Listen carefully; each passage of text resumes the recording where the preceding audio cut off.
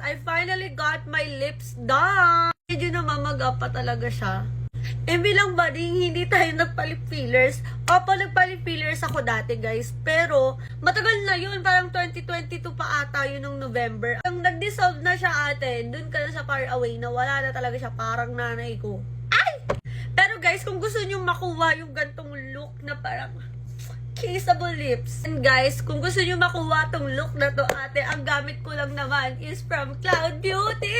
Di ba nung nakaraan sinasabi ko sa inyo, pinadala nila ako. Ito yun lahat, ate. Ay, nahulog. Lahat, ate, yung pinadala nila sa akin, meron silang ilang shades.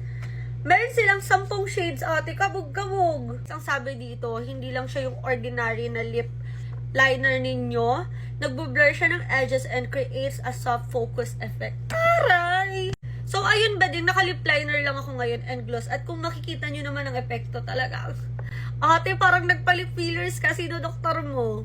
Ang gamit ko pala ditong shade sa lips ko ngayon is yung 10 caffeine. Ayan. Yung shade number 10 or yung caffeine, ate. Yan yung talagang plakado sa akin. 10 out of 10.